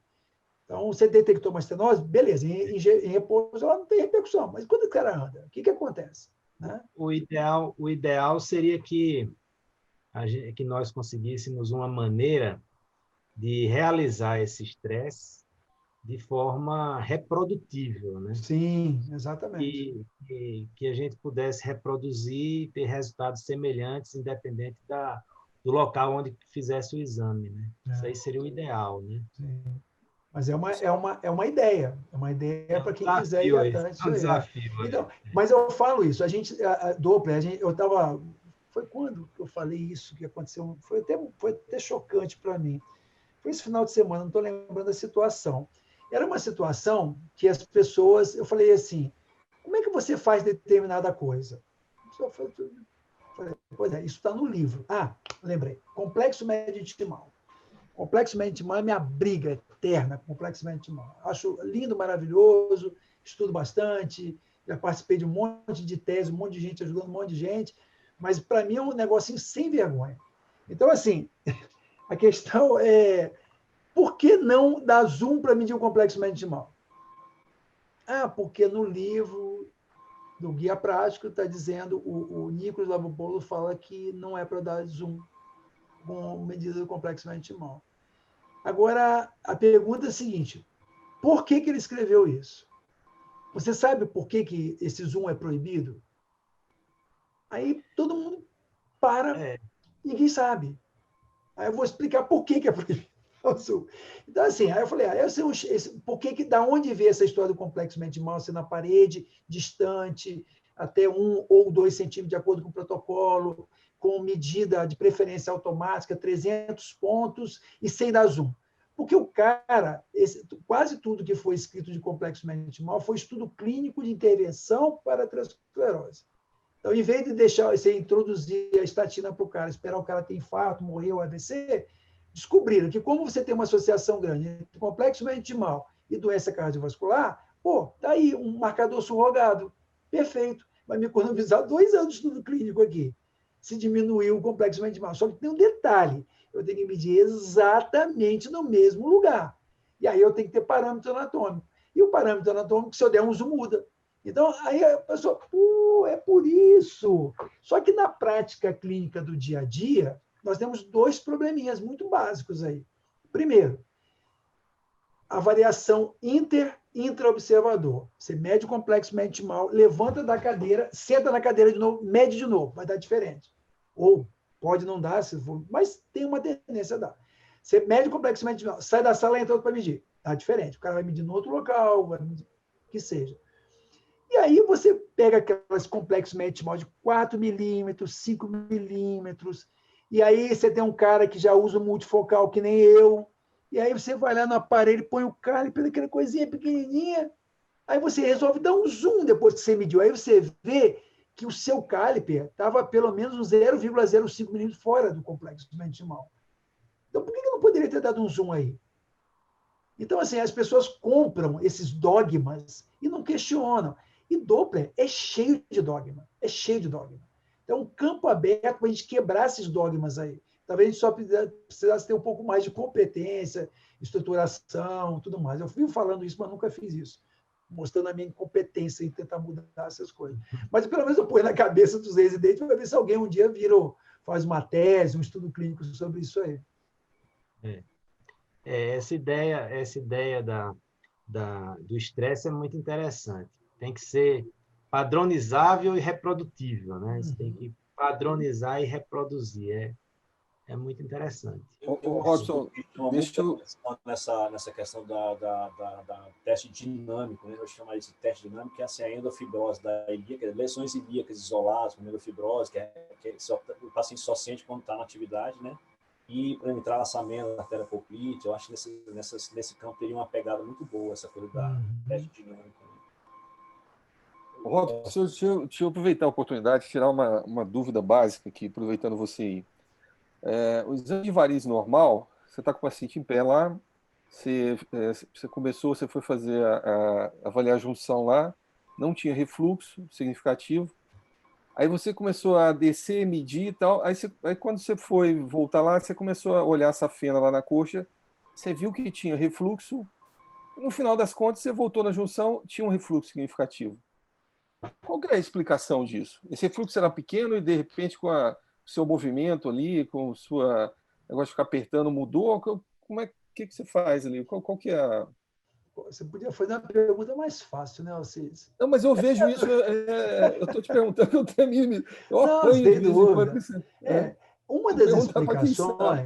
Uma das explicações para isso, aí o Marcos também pode ajudar, seria justamente isso. Você cria uma situação tal que você cria entre aspas, um sifão que favorece aparecer um refluxo mais tardio. A outra situação é que você teria um refluxo que não é da junção, mas de uma tributária muito próxima da junção. E aí esses movimentos de compressão distal estimularia a aparecer esse refluxo. Então, são as 2 situações que eu vejo. Até essa questão do refluxo intermitente, que aparece de manhã, mas não aparece de manhã, mas aparece à tarde, isso a gente sabe que com um sistema de alta capacitância, tudo é possível. Porque a gente tem que lembrar que todo aquele sistema ali é um jogo de pressões, né? E diferente do sistema arterial, que é um jogo de pressões mais ou menos estável, o Doppler venoso, o sistema venoso, ele tem um jogo de pressões muito dinâmico. Eu até brinco com o pessoal que eu estou cada vez mais usando testes cada vez mais anatômicos para fazer o exame. Então, por exemplo, sistema venoso profundo hoje, eu estou tendo uma tendência a não fazer mais compressão distal na panturrilha. Eu estou tendo uma tendência a fazer o paciente fazer movimento de dorsiflexão, porque é mais fisiológico do que eu fazer uma compressão. Eu ponho lá, eu estou com 2 meninas hoje que vieram do Sul para fazer, uma que veio do Sul e uma colega aqui de São Paulo, para fazer um aprimoramento de exame venoso. E aí, a gente estava vendo lá, uma tem uma mãozinha menor que a minha, que já é pequena. A outra tem uma mão maior, mas não tem tanta habilidade. Aí você pega um cara com uma batata da perna desse tamanho, não serão compressões iguais. Não serão compressões iguais. Então, eu acho que o Doppler venoso tem muito disso. Às vezes, as manobras que a gente usa, elas são subótimas para o que a gente está pesquisando. E isso, para mim, é o maior drama do Doppler venoso. A sorte é que, em grande parte das vezes, essas alterações que são temporárias, aparecem e desaparecem, elas não têm tanta repercussão clínica, né? Então, é o que salva. Mas me incomoda, viu? Me incomoda. Porque nem E no caso naquele caso que eu te falei lá, daqueles dados, você relata o que lá? Você relata refluxo na junção ou você não relata? Você relata só na safena da documentar, eu descrevo o refluxo da junção. Se aparecer depois, você descreve, né? Descreve, lógico. Você documentou, tá? Ele não tinha antes, mas apareceu depois. Então, por quê? Por algum motivo? Nesses casos, o que eu recomendo assim, é olhar com muito carinho aquelas tributárias de cross, principalmente a pudenda, que às vezes ela entra muito justinha, pequenininha, mas ela é o suficiente para dar um refluxo ali subvalvar. E ainda aqui o que acontece? Gente, a gente tem que lembrar, isso aqui também é uma coisa importante. Na minha aula de varizes, eu sempre cito um artigo, que esse artigo, para mim, mudou minha vida, que é um estudo anatômico da junção de safena femoral, melhor, da região da junção de safena femoral, incluindo as femorais. Então, ele dá a frequência das válvulas ostial, subostial, femoral suprassafênica e femoral infrasafênica. Até 30% das pessoas não têm válvula ostial. Então, você pode ter um refluxo que começa de uma tributária muito próxima desses pacientes que não têm válvula ostial, a válvula subostial já pode estar prejudicada, e, na verdade, não é um refluxo da junção, na verdade, é uma tributária que está hipertensa ali, causando problema. Então, o exame venoso ele é sempre mais crítico em termos de reprodutibilidade por causa disso. Por isso que, às vezes, quando você tem variações pequenas, às vezes nós mesmos da equipe, eu nem considero, porque um dia você está mais antenado para a regulagem do equipamento, outro dia você está mais antenado, porque você tem um preset padrão lá, mas, às vezes, para um determinado paciente, você tem que jogar um filtro mais baixo. Né? O exame venoso é complicado. Doutor Robson, vou fazer uma pergunta aqui. Vira e mexe, me deparo com a situação que eu vejo. Você já falou, né? A gente acha uma estenose, claramente, na artéria proximal, e distal a gente vê o fluxo ainda fisiológico, né? Ainda com amplitude ainda amplo e de alta resistência. Aí, realmente, quando a gente faz um teste, faz algum esforço físico, de repente a gente consegue ver que ela é realmente hemodinamicamente significativa. Muitas vezes a gente acaba não vendo, talvez, se fizer. E também tem um contrário dessa situação também. Muitas vezes a gente acha um fluxo patológico distal, sei lá, de baixa resistência ou baixa amplitude, né? E você não vê a lesão proximal. Você procura, muitas vezes não acha. Claro que muitas vezes algumas vezes é falha técnica mesmo, você não consegue achar, mas muitas vezes realmente você não acha mesmo. Eu não sei como que a gente poderia colocar isso no laudo. Você tendo o fluxo, algumas vezes, patológico e não achar a lesão, e quando você vê a lesão e o fluxo o fluxo distal não está patológico, vamos dizer assim. Como é que a gente poderia justificar isso? Na primeira opção, na primeira situação, o grande modificador vai ser o estresse, né? Então, você tem uma estenose grave, uma obstrução, e você faz a manobra de estresse. Se a lesão for muito focal, e ainda assim, com a manobra de estresse, a onda não mudou, aquela onda não tem repercussão hemodinâmica. A gente tem que lembrar de umas coisas também que são importantes. O que a gente percebe ao longo do tempo e que o antigo... a gente que é mais antigo vivenciou. Quando não existia Doppler na minha vida, a gente considerava estenose, o termo estenose hemodinamicamente significativa não era tão usado. Esse termo veio depois do Doppler. Só que, efetivamente, é uma estenose hemodinamicamente significativa. Qual é o critério para você dizer que tem uma estenose hemodinamicamente significativa? É uma queda de PA entre 2 pontos, né, que frequentemente é por conta de você ter uma estenose. Né? Então, a gente surrogou isso para aumento de velocidade. Não é incomum você ver situação que você tem um paciente com uma oclusão da femoral superficial com pulso no pé. O que isso quer dizer? que aquela secção transversa daquele vaso que está ocluído foi substituído por muitos vasos colaterais cuja secção transversa somam essa área aqui. Entendeu?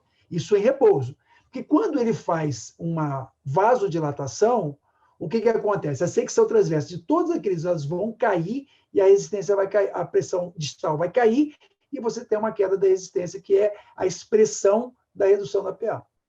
Respondido. Então, você precisa ter um teste de estresse nessa situação para delimitar se aquela lesão é ou não. E o pior é quando você passa batido. Você não vê uma placa excêntrica, está cansado, o aparelho não é tão bom, o paciente é muito gordinho, a placa é muito calcificada, a artéria é muito calcificada. A segunda opção, a gente vê muito isso, né, o Marcos, no clube do Doppler, nos grupos da gente. De vez em quando alguém, principalmente nos grupos de cursos, alguém posta uma onda lá assim, uma onda com aquela resistência intermediária. Gente, eu encontrei essa onda, mas eu não estou vendo nenhuma estenose. O que será que pode ser? Coisa e tal. As duas primeiras perguntas. Primeiro, qual é a temperatura da sala? Ah, não.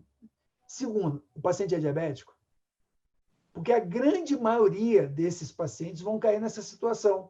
Ou o paciente está fazendo numa sala muito quente, ou quando ele é mais idoso, tem diabetes, ele tem uma autossipatectomia, ele tem uma neuropatia autonômica.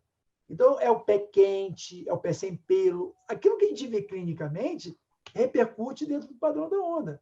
Aí você vai ter aquela onda, você vê uma artéria, umas calcificações difusas, um monkey bag, sem nenhuma obstrução, e chega lá na pediosa ou na TA, a onda com a resistência intermediária, agora, usando esse termo, né? Com aquele notezinho, aí você fala, puxa, onde que eu comi bola nessa estenose aqui? E, na verdade, não tem estenose nenhuma, é só vasodilatação distal. Entendeu? A maioria das situações cai nessa situação. Ah, pô, a resistência caiu muito. Ah, será que tem uma fístula aqui? Pode, mas se tiver, geralmente você vai identificar. Né? Respondido, a diferença entre o estreitamento pontual e a extensão da estenose, ela também é interessante. E aquela coisa da estenose sequencial, né? Sim. Assim, é raio curto, é pequeno, estreitinho, mas é curta também. A estreitinha é longa. Aí isso tudo interfere, né, na extensão. Se você pegar uma onda, você tem uma artéria com uma estenose focal ocupando 50% da área, mas com uma placa, mais estenose que vai no máximo meio centímetro, ou uma estenose longa ocupando 50% da área, mas com 5 centímetros, aonde que vai haver a maior perda energética, a maior perda de PA? É na segunda. Porque a fricção do sangue na parede do vaso vai fazendo ela perder energia. Então, às vezes, naquele pontinho de meio centímetro, você tem um aumento absurdo de velocidade, mas passou a onda, ela volta meio que trifásica novamente. Em compensação, aquela onda muito longa, aquela estenose muito longa, às vezes não sobe tanta velocidade, mas a perda pressórica é tão grande que desacelera depois. Isso vale para a carótida também. Às vezes você vê aquelas lesões tensas na carótida, não aumenta tanta velocidade, você fala, mas eu estou vendo essa onda, essa estenose é grave. Mas por quê? Tomou todo o bulbo, retificou a artéria, então ela vai perdendo energia a ponto de não aumentar a velocidade. Então, esses conceitos em Doppler arterial são fantásticos. A gente tem que ter isso na cabeça o tempo todo. Né? Mas isso é basicamente quem faz. Agora, eu, como interpretador do exame, tenho que traduzir isso, como o Alcides falou, para quem está lá. Existe uma estenose, hemodinamicamente significativa, medindo tantos, e assim por diante, escrever a onda toda. Né? E aí, se tem um lugar que eu acho que a cartografia vai muito bem, é um exame arterial complexo. Eu acho que é o único lugar que eu me sinto confortável e animado a sentar na frente do computador e fazer uma cartografia. Porque, não sei se é um viés por eu trabalhar num serviço que a gente tem muito exame arterial, assim como vocês, então a gente fica mais preocupado com esse exame, porque muitas vezes a gente quer o quê? Que o doente vai para a intervenção sem ter que fazer um estágio a mais, uma angiotomografia, uma ressonância, uma arteriografia, coisa nesse sentido. E a gente se sente capaz, né? De estar vendo ali e falar, pô, qual é a dificuldade de fazer uma revascularização baseada só no ultrassom, né? Robson, a gente apresentou um caso no Congresso de Belo Horizonte e o doutor Sérgio Salles estava lá, sabe? E aí ele falou assim, ele olhou para mim e falou assim, que termo é esse aí, tardos parvos? Porque assim, é aquele negócio, o conceito tardos parvos, acho que aquelas, vamos tirar isso do conceito da nossa formação, né? Nossa formação fotografista e tal. Aí eu falei assim, eu uso esse conceito, esse termo, tardos parvos. Aí eu estava observando aí no consenso, não tem, eles tiraram, você viu? Eles tiraram. Não tem. Não tem, né? Essa coisa da latinização, acho que ele tem intriga com a latinização, né? Tipo, exatamente. E tem um outro detalhe também, Marcos, que é interessante. A geração abaixo da gente usa o termo tardos parvos, mas o termo tardos parvos é um termo de semiologia clínica, né? É o pulso da estenose aórtica. Então, na realidade, a gente também transplantou isso para o Doppler, porque é aquela onda desacelerada de baixa resistência, mas, na realidade, é um sinal de semiologia clínica. Você palpar o pulso e ele não encher rápido, sentir aquele pulso modorrento e tudo mais. A gente que jogou ele para o tardos.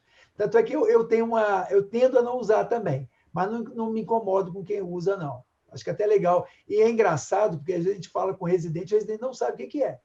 Nem do exame clínico. Quando eu falo para ele que aquilo ali não veio do Doppler, aí o cara desmonta, né?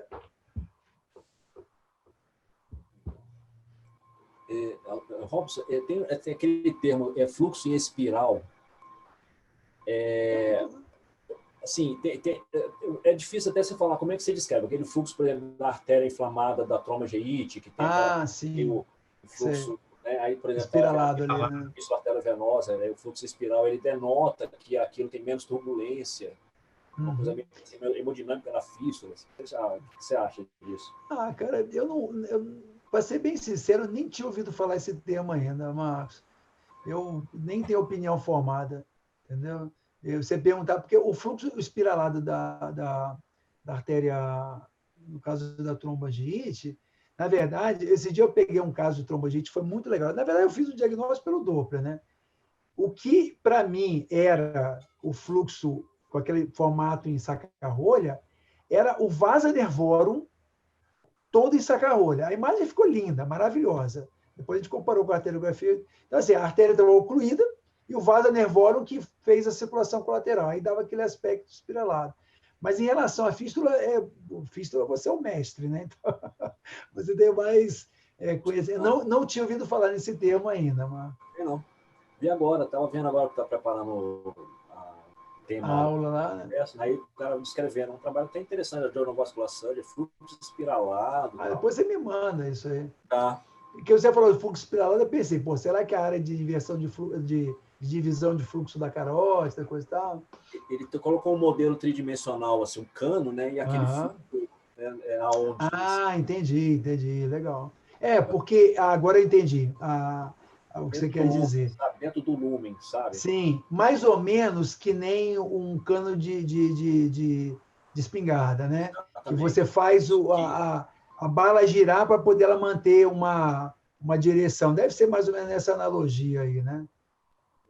E tem um artigo, Robson, que o cara ele analisou o ultrassom, o corkscrew science sonográfico, com anjo-CT e com arteriografia. E ele, segundo a teoria dele, que ele provou que a maioria das dilatações não é vasa vasorum, é vasa nervorum. Vasa nervorum. Principalmente quando você tem obstrução de poplite. Ele fala que quando você tem obstrução de poplite, a maioria é vasa nervorum do que vasa vasorum. Quando vocês verem essa espiralada, a maioria é vasa nervorum, cara. É vasa nervorum. Mas muitas vezes você tem aquelas arterias espiraladas musculares também, mas esse caso, para mim, foi emblemático. Ficou tão linda aquela imagem. Eu falei, olha só que coisa. Era o tibial posterior, todo vascularizado. Coisa linda. Mas bem legal. Pena que o aparelho que eu estava fazendo não era tão bom, mas ficou legal do mesmo jeito. Tem uma coisa que a gente conversa lá no hospital, a gente faz muita revascularização ainda aberta, sabe, Robson? Aqui no básico. A gente tem um endovascular forte, mas assim, ainda faz muita coisa. A gente, pelo menos 2 ou 3 por semana. Putz, lá, nosso serviço é basicamente aberto. Aberto também, né? Então, aí tem umas coisas, por exemplo, tem uma coisa interessante que eu acho do Doppler, que é assim, até hoje mesmo a gente viu um caso lá. Não tem fluxo distal na arteriografia, mas ele fala assim, vamos dar uma olhada aqui na TP ou ali na dorsal, se ela está pérvia, né? Se ela não está calcificada e se ela tem um fluxo diastólico e baixa resistência ou não, né? Para a gente ter uma ideia de como é que está o leito do pé. Né? Então, eu acho isso legal. Eu acho que a arteriografia não consegue dar essa informação, é impossível. Né? Ela só vai dizer se está aberta, mas às vezes não diz se está aberta. Né? E o interessante, eu costumo dizer que o meu reconhecimento em Doppler começou lá em 2001 por causa dessa história. Porque eu começava a chegar na visita e falava, tem fluxo nessa artéria. Aí os caras falavam assim, pô, mas eu falei, pode abrir, tem fluxo. E o Chico, o Francisco Brochado, ele adorava enxerto podálico. Então, inframaleolar era com ele mesmo. Então, a gente fazia uma análise bem... A gente chegava a mapear, plantar até o antepé.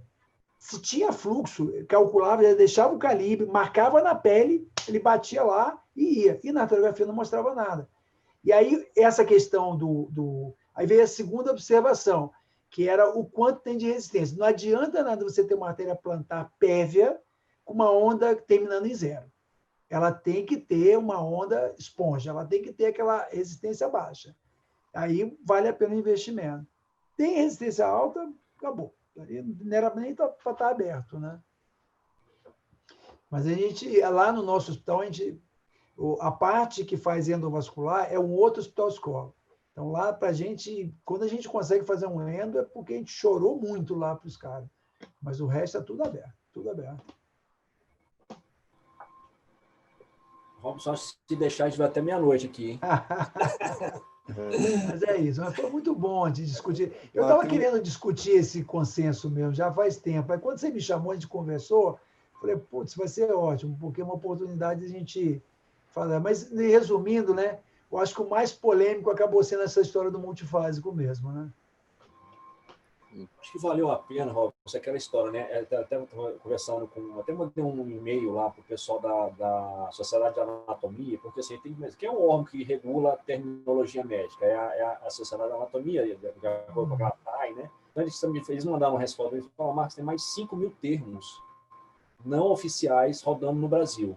Caramba! Desde, assim, sabe, de nome, então, abreviatura, é loucura. Né? Eles tentam organizar isso, mas eu acho que o trabalho lá tem que ser mais difundido. Mas, assim, na realidade, quem digita a regra, né, é a terminologia. A gente acaba, às vezes, não aceitando, mas eu acho que esse tipo de trabalho que eles tentaram fazer aqui, tinha muito tempo que ficava aquele abrir.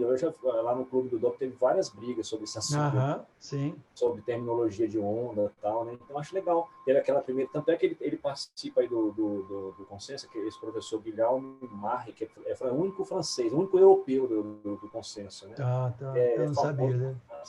Escrever. Ele publicou aquele consenso europeu, que é bem difícil, né? Tinha que fazer uma pós-graduação para aprender. Eu lembro. Aquele era complicado mesmo. Mas, de qualquer maneira, o interessante é que assim, as pessoas estão se esforçando para isso. Porém, eu acho que a gente devia ter um nosso. Até porque nós temos a língua diferente, entendeu? Ah, mas vai aparecer cópia. Não vai aparecer cópia. A gente tem que ter a nossa aculturação, né? A gente, quando faz formulário, os formulários não são aculturados, os consensos também têm que ser aculturados. E pode ser que a gente chegue à conclusão que deixar o termo dos pavos para nós, de língua latina, seja ok. Por que não? Não é verdade? Não estamos mandando exame para lá. A hora que você tiver que fazer uma descrição de um artigo científico e tal, você respeita o consenso da língua que você está escrevendo. Mas para um artigo nosso, ou melhor, quando for para publicação, melhor você ter um consenso para ter referência. Mas no dia a dia, ou que seja um consenso para a língua portuguesa, por que não? Acho que a gente não teria como... Para evitar essa história do respirofásico, né? Gente, respirofásico me lembra o espirográfico, não sei se vocês brincaram com isso. Né? Eu acho um termo ruim. A menina gostou, mas eu achei um termo que não achei legal. Tudo bem? Então, beleza, gente. Vamos deixar o Robson jantar, pessoal. Pô, eu agradeço mais uma vez aí a oportunidade de estar aqui com vocês. assim, essa integração com outros estados eu acho fascinante. Aquela história de você ter um amigo em cada lugar, melhor, vários amigos em cada lugar. Agradecer aqui ao Marcos pelo convite diretamente e agradecer também ao Marcos porque quando eu convidei para ser co-coordenador lá do Clube do Doppler, numa fase muito agitada na minha vida, o bicho está tomando conta direitinho da casinha lá. Na verdade, eu acho hoje você passa a ser o coordenador principal. Eu ajudei a criei o negócio, mas hoje você que está tocando o barco lá. Eu estou fazendo um esforço para voltar, porque é engraçado que eu tomei uma antipatia pelo Facebook, mas não é por modinha, não. É porque eu entro lá, começo a brigar, a gente sabe os posicionamentos políticos de cada um de nós aqui, mas a gente nunca pode perder essa capacidade de abstrair. Então, cada um tem seus pensamentos, mas eu entrava lá, bicho, não tem jeito. Para chegar no Clube do Doppler, você passa. Eu estou apanhando sozinho no Clube do Doppler, eu estou apanhando sozinho lá. Então eu vou ter que voltar para lá. Então tá bom. Muito obrigado por estar aqui com vocês, viu? Um grande abraço. Robson, foi muito generoso a sua participação, muito bacana. Assim, a gente ficou muito feliz com a tua fala, né? Generosa, assim, aberta, limpa, clara, né? Assim, muito bacana mesmo. Foi maravilhoso contar com você aqui nessa participação aqui no nosso projeto teórico científico da residência, né? Eu acho que os residentes aqui, com certeza, eles talvez não estejam falando, mas com certeza nós todos aprendemos bastante hoje, trocamos muito conhecimento. Então, muito obrigado, tá? Boa noite. E aí, daqui a pouco, estamos mandando um certificado aqui no teu zap, tá bom? Aqui da palestra. Tá bom. Grande abraço para vocês. Tá bom, parabéns.